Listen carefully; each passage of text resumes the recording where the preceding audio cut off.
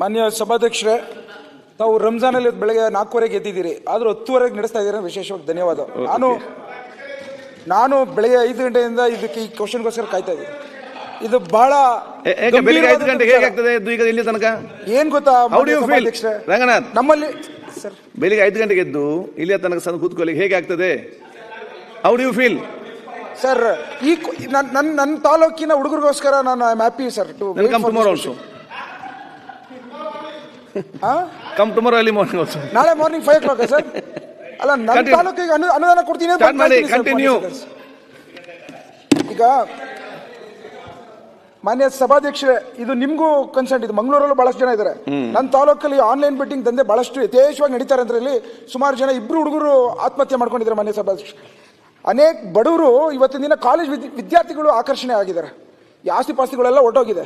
ಹೇಗಾದ್ರೂ ಮಾಡಿ ಇದರಿಂದ ಈಚೆ ತರಲಿಕ್ಕೆ ಹೇಗೆ ಮಾಡೋದು ಅನ್ನೋ ಪ್ರಶ್ನೆ ಕಾಡ್ತಾ ಇದೆ. ನಾನು ರಿಸರ್ಚ್ ಮಾಡಿದ್ದೀನಿ, ಅಧ್ಯಯನ ಮಾಡಿದ್ದೀನಿ.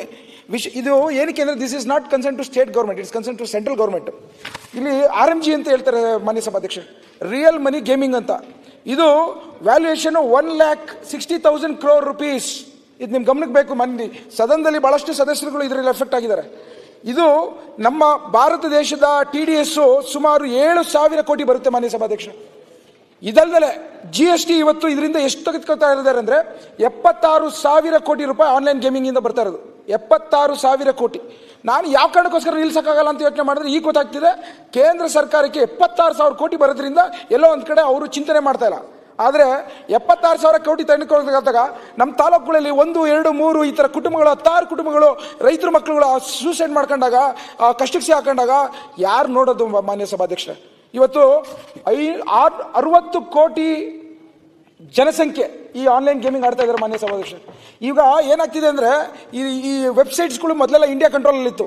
ಈಗ ದುಬೈಲಿ ಹಾಕೊಂಡಿದ್ದಾರೆ, ಚೈನಾದಲ್ಲಿ ಹಾಕೊಂಡಿದ್ದಾರೆ, ರಷ್ಯಾದಲ್ಲಿ ಹಾಕೊಂಡಿದ್ದಾರೆ. ನೀವು ಯಾವುದೇ ರೀತಿಯಲ್ಲಿ ಈ ಮಾರ್ಗಗಳು ಹುಡುಕೋದು ಬಹಳ ಕಷ್ಟ ಆಗ್ತಿದೆ.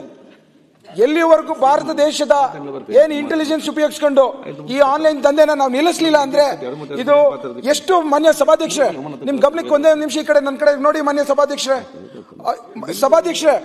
ಇದು ನಿಮ್ಗೂ ಇದು ಬಲಣ ನಿಮ್ಗೂ ಗೊತ್ತಾಗಬೇಕಿದು. $5 ಬಿಲಿಯನ್ ವಾರ್ಷಿಕವಾಗಿ ಹೋಗುವಂಥದ್ದು. $5 ಬಿಲಿಯನ್ ಅಂದ್ರೆ ಸುಮಾರು 30,000 ಕೋಟಿ ರೂಪಾಯಿ ಇದರಿಂದ ಗೌರ್ಮೆಂಟ್ಗೆ ಬರ್ತಾ ಇರೋಂಥದ್ದು. ಈ ಗೇಮಿಂಗ್ ಮಾರ್ಕೆಟ್ ಸೈಜ್ನ UPI ಅಂತಂತಾರೆ. ಹೇಳಿ, ವಾಟ್ ಇಸ್ ದ ಕ್ವೆಶ್ಚನ್? ಅಲ್ಲ, ಇದು ಯಾವ ಕಾರಣಕ್ಕೋಸ್ಕರ ನಿಲ್ತಿಲ್ಲ ಅನ್ನೋದಕ್ಕೋಸ್ಕರ ನಿಮ್ ಮುಂದೆ ಹೇಳ್ತಾ ಇದ್ದೀನಿ. ಮಾತಾಡಿಗೆ ಚರ್ಚೆ ಮಾಡೋ ವಿಚಾರ ಅಲ್ಲ ಇವರು. ಚರ್ಚೆ ಅಲ್ಲ, ಇದು ಬೇಕು. ಈಗ ಆಯ್ತು, ಚರ್ಚೆ ಸಪರೇಟ್. ನಿಮ್ಮ ಮೂಲಕ ಇದು ಗಮನ ಸೆಳೆಯುವ ಸೂಚನೆ. ಈಗ ಏನಾಗಬೇಕು ಹೇಳಿ? ಸಹಸ್ರಾರು ಕುಟುಂಬಗಳು ಉಳಿತವೆ ಮಾನ್ಯ ಸಭಾಧ್ಯಕ್ಷರೇ. UPI ಟ್ರಾನ್ಸಾಕ್ಷನ್ ಏನ್ ಗೊತ್ತಾ, ಇದು ಪೇಮೆಂಟ್ ಇಂಟರ್ಫೇಸ್. ಆಯ್ತು, ನೀವು ಇದನ್ನು ಸ್ಟಾಪ್ ಮಾಡ್ಲಿಕ್ಕೆ ನಾವು ಕೇಂದ್ರಕ್ಕೆ ಒತ್ತಾಯ ಪಡಿಸಬೇಕಂತ ಹೇಳ್ತಿದ್ದೀರಿ. ಮತ್ತೆ ಮಂತ್ರಿಗಳು ಹೇಳ್ತಾರೆ ನೋಡು. ಇದನ್ನ ಯಾವ ರೀತಿ ರಾಜ್ಯ ಸರ್ಕಾರ ಡಿಸ್ಕಷನ್ ಅಲ್ಲಿ ಕಾಲಿಂಗ್ ಅಟೆನ್ಷನ್ ಎಂತ ಡಿಸ್ಕಷನ್ ಇದು? ರಾಜ್ಯ ಸರ್ಕಾರ ಕೇಂದ್ರ ಸರ್ಕಾರ ಜೊತೆ ಒಡಗೂಡಿ ಇವತ್ತು ನಾವೊಂದು ರೆಸೊಲ್ಯೂಷನ್ ಮಾಡಬೇಕು. ನಾವು ಯಾವುದೇ ಕಾರಣಕ್ಕೂ ಈ ಆನ್ಲೈನ್ ಗೇಮಿಂಗ್ ಅನ್ನ ಯಾವುದೇ ಕಾರಣಕ್ಕೂ ನಿಮಗೆ ತೆಗೆದುಕೊಂಡಂತ GST ಅನೈತಿಕ, ಈ ಹಣವು ನಮ್ಗೆ ಬೇಡ, ಯಾವುದೇ ಕಾರಣಕ್ಕೂ ಇದನ್ನ ನೀವು ನಿಲ್ಲಿಸಬೇಕು ಅನ್ನೋದಕ್ಕೋಸ್ಕರ ನಾವು ರೆಸೊಲ್ಯೂಷನ್ ಮಾಡೋದು. ಮಾಡಬೇಕು. ನಮ್ಮ ತಾಲೂಕಿನ ಮತ್ತೆ ಬೆಟ್ಟಿಂಗ್ ಮಾಡೋ ಕೆಲವು ಕಾರಲ್ಲಿ ಕೂತ್ಕೊಳ್ತಾನೆ, ಅವ್ರು ಸ್ವಲ್ಪ ದೂರ ಇಡಬೇಕು. ಅದು ಗೊತ್ತಿಲ್ಲ. ಕೇಂದ್ರ ಸರ್ಕಾರ ರಾಜ್ಯ ಸರ್ಕಾರನ ಒಟ್ಟಿನಲ್ಲಿ ಈಗ ಹುಡುಗರು ಜೀವ ಉಳಿಸಬೇಕಾದ ಕರ್ತವ್ಯ ಇದೆ. ನಿಲ್ಲಿಸಬೇಕಾಗಿರ್ತಕ್ಕಂಥದ್ದು ಮಾನ್ಯ ಸಭಾಧ್ಯಕ್ಷ 2 ನಿಮಿಷ. ಅತ್ಯಂತ ಮಹತ್ವದಾದಂತಹ ಒಂದು ವಿಷಯವನ್ನು ಪ್ರಸ್ತಾಪ ಮಾಡಿದ್ದಾರೆ. ಆನ್ಲೈನ್ ಬೆಟ್ಟಿಂಗ್ ಮತ್ತು ಆನ್ಲೈನ್ ಗೇಮ್ಸ್ ನಡೀತಾ ಇದೆ. ಇದರಿಂದ ಇಡೀ ಸಮಾಜಕ್ಕೆ ಇದು ಮಾರಕವಾಗಿದೆ. ಅದರಲ್ಲಿ ವಿಶೇಷವಾಗಿ ಯುವಕರಿದ್ದಾರೆ, ವಿದ್ಯಾರ್ಥಿನಿಯರು ಇದಕ್ಕೆ ಬಲಿ ಆಗ್ತಾ ಇದ್ದಾರೆ. ಅದರಲ್ಲಿ ಬೆಂಗಳೂರಿನಲ್ಲಿ ಎಲ್ಲೆಲ್ಲಿ ಮೆಟ್ರೋಪಾಲಿಟನ್ ಸಿಟೀಸ್ ಇದೆ, ಒಬ್ಬರಿಂದ ಒಬ್ಬರಿಗೆ ಹರಡ್ತಾ ಇದೆ, ಕ್ಯಾನ್ಸರ್ ತರ ಹರಡ್ತಾ ಇದೆ. ಹಳ್ಳಿಯಲ್ಲಿ ಸಹಿತ ಈಗ ಇದು ವಿಸ್ತರಣೆ ಆಗ್ಬಿಟ್ಟಿದೆ. ಸುಮಾರು ಜನ ಮೃತಪಟ್ಟಿದ್ದಾರೆ, ಆತ್ಮಹತ್ಯೆ ಮಾಡಿಕೊಟ್ಟಿದ್ದಾರೆ, ಆಸ್ತಿ ಪಾಸ್ತಿ ಎಲ್ಲ ನಷ್ಟ ಆಗಿದೆ. ನಮ್ಮ ಕಣ್ಣಿಂದ ನಾವು ನೋಡ್ತಾ ಇದ್ದೇವೆ. ಇಡೀ ಅವ್ರ ಪರಿವಾರನೇ ನಾಶ ಆಗ್ತಾ ಇದೆ, ಬಡ್ಡಿಲ್ ತಗೋತಾ ಇದ್ದಾರೆ, ಮತ್ತು ಸುಸೈಡ್ ಆಗಿದೆ. ಇದನ್ನು ಎಲ್ಲೋ ಒಂದ್ ಕಡೆ ಸರ್ಕಾರ ಇದನ್ನು ಇವತ್ತು ತಡಿಲಿಕ್ಕೆ ಕಠಿಣವಾದಂತಹ ಒಂದು ಕಾಯ್ದೆಗಳನ್ನು ಮಾಡಬೇಕಾಗ್ತದೆ. ಈಗಾಗಲೇ ರಾಜ್ಯ ಸರ್ಕಾರ ಆನ್ಲೈನ್ ಗೇಮ್ಸ್ ಮತ್ತು ಆನ್ಲೈನ್ ಜೂಜಾಡೋ ಮಾಹಿತಿ ಸಂಗ್ರಹಿಸಿ ದಾಳಿಗಳನ್ನು ಕೈಗೊಂಡು ಪ್ರಕರಣ ದಾಖಲಿಸಿ ಆರೋಪಿತರ ವಿರುದ್ಧ ನ್ಯಾಯಾಲಯಕ್ಕೆ ದೋಷಾರೋಪಣೆ ಪತ್ರ ಸಲ್ಲಿಸಲಾಗ್ತಾ ಇದೆ.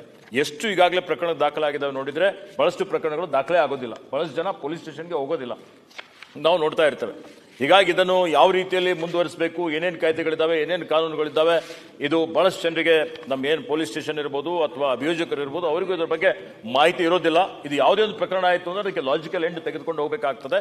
ಅಂಥವ್ರಿಗೆ ಕಠಿಣವಾದಂಥ ಶಿಕ್ಷೆ ಆದರೆ ಮಾತ್ರ, ಮಾದರಿಯಾದಂಥ ಶಿಕ್ಷೆ ಆದರೆ ಅದು ಸ್ವಲ್ಪ ಹೆದರಿಕೆ ಹುಟ್ಟುತ್ತದೆ, ಅದನ್ನು ತಡಲಿಕ್ಕೆ ಸಾಧ್ಯ ಆಗ್ತದೆ. ಅದರ ಜೊತೆಯಲ್ಲಿ ನಾವು ಯಾವುದೇ ಕಾಯ್ದೆ ಕಾನೂನುಗಳು ಮಾಡಿದ್ರೆ ಅದು ಅನುಷ್ಠಾನ ಆಗಬೇಕು ಅಂತ ಹೇಳಿದ್ರೆ ಅದು ಜನರಲ್ಲಿ ಬರಬೇಕಾಗ್ತದೆ.